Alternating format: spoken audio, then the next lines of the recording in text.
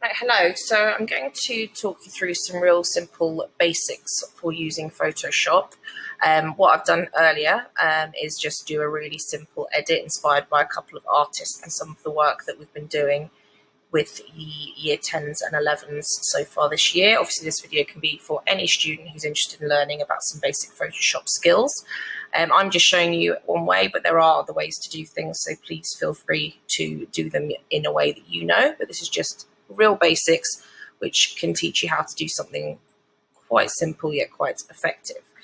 So we have been looking at, well, we looked at Barack Obama, his portrait by the artist and photographer Martin Scholler. So what I've done is I've actually downloaded one of his photographs, and I am going to then just very quickly show you how to do that. So if we just put Barack Obama, Martin Scholler into the computer. So this may seem very, very simple for some of you, but I know a lot of people have asked about doing some of the basics in terms of getting photographs onto Photoshop. Now, it's preferable, obviously, to use your own photos, which is what we aim to do, but it is okay to use some from the internet if you're doing kind of like an edit practice, for example. Now, one of the things I often do is just to make sure that I'm looking over here and the image is quite a decent size. And if you look at here, it's 250 by 313. Over here, we've got 1920. We are going to use this image because it is much, much bigger and a nice quality image. So we're going to save that. And at the top here, obviously, we've got loads of numbers and stuff there. We're just going to put Barack Obama photo. We'll save that into our downloads for the moment. So we've saved that. And you can see it's down at the bottom of the screen. Now we're just going to remove that one for the moment. So when we're on Photoshop, what we're going to do now is we're going to go up to File and we're going to go to Open. And then we're going to Downloads because that's where our image was. And then if we can't find it by scrolling, what we can do is we can just type into the search bar at the top, Barack, and then you can see it there, the JPEG, and that's on the screen now. So usually when you upload an image, you will get this grid on top. Now this isn't always the case, but if you don't want it there because you don't feel like you need it, if you just click on the extras under view, that will then remove it. Now you can sometimes actually just drag an image over from your desktop onto Photoshop if you wish as well. Now, at the moment you can see that we've got this extra border around the outside of the image. We do not want that there. So what we're going to do is we're going to crop that off using our crop tool, which is over here on the left hand side. Usually if you hover your tool over the top, sorry, your move tool over the top of one of these icons, it actually tells you what it's for as well. When we've done that, we can just pull in the sides like so, and we're happy with that, and we can just press return, and then we've got our image the way we want it. Now, this bit at the top here is our move tool, which is what we're going to want to use most of the time that we are doing anything on here that involves obviously moving anything around an image. Okay, so as you could probably see on the first image, what we've done is we have changed the image into black and white. Now, obviously you may not want to do that, but it's quite a useful tool to know. Now you've got your icons over here. This one here simply is named black and white.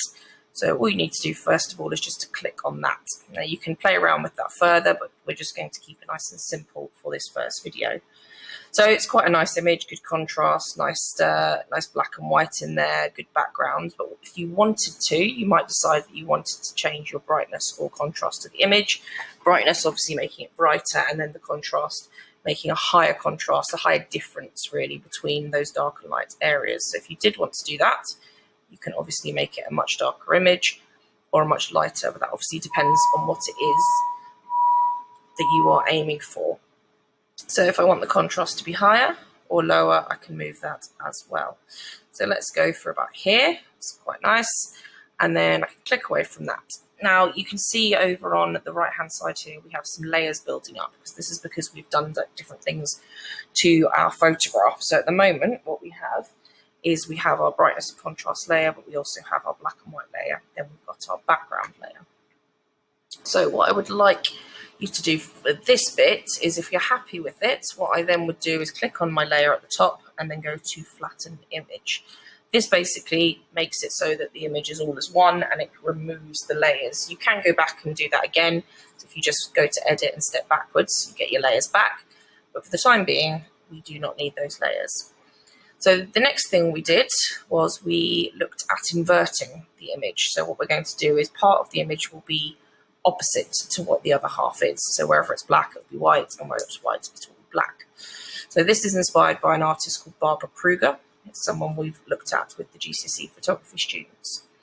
So if we click over here on our marquee tool, we've got the rectangular one. You can see you can do elliptical as well as the single column and the single row. So we've clicked on this one. Now you could use your extras here with the rulers here as well.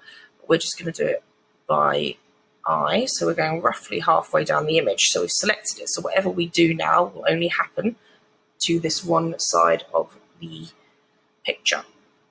Now, if we go back over to the right-hand side, there is an actual icon here called Invert. Simply click on that, and you can see here that you've made the opposite happen. So you've literally got two opposites, where it's white, black, black, white. Again, this has created a new layer. So if you wanted to, you could then get rid of your layer by flattening your image to create one photograph. Now, one of the things we were looking at with Barbara Kruger is the text. So if you saw on the other image at the beginning, we'd written the word hope, which is inspired by artist Shepard Fairey, who did the poster of Barack Obama. That was written hope at the bottom of it. If we just have a quick look, just show you that.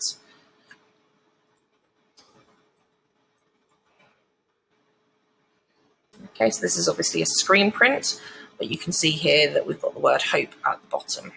Okay. So very iconic poster, probably seen by a lot of you. So what we're going to do is we're kind of amalgamating two different artist styles together.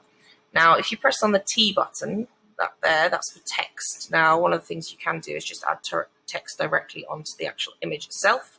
What we're going to do is we're going to do a little bit of a box down the bottom for the text to go onto.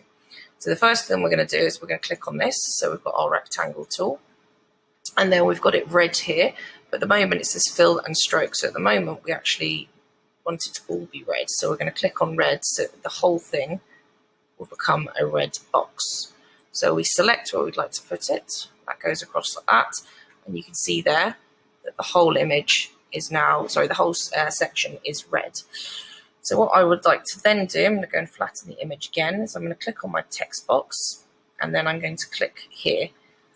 Now, I can obviously move around where I want this to go, but at the top, I just want to check a couple of things. Now, I've got Verdana, which is one of the sort of simpler fonts that I quite like, and I've got my color here. You can obviously play around with different text and where it goes, so I could do mine central or to the side, but I can obviously move it around as well.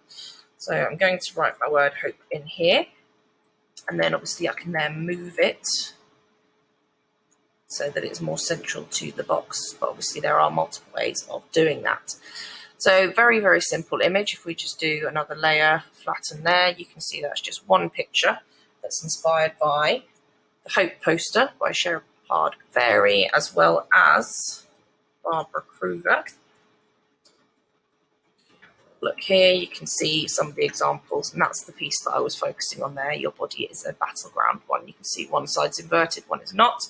So that's very, very simple response to an artist and some really basics of Photoshop. What I would then do just to finish that off is I go to save as. What I want to do is I want to save it as a JPEG. So I'm all done with it. So Barack Obama photo, I'd pop that maybe in my documents there and then press save. What I would also recommend, especially with using school computers, is that if you upload it into your folder as well.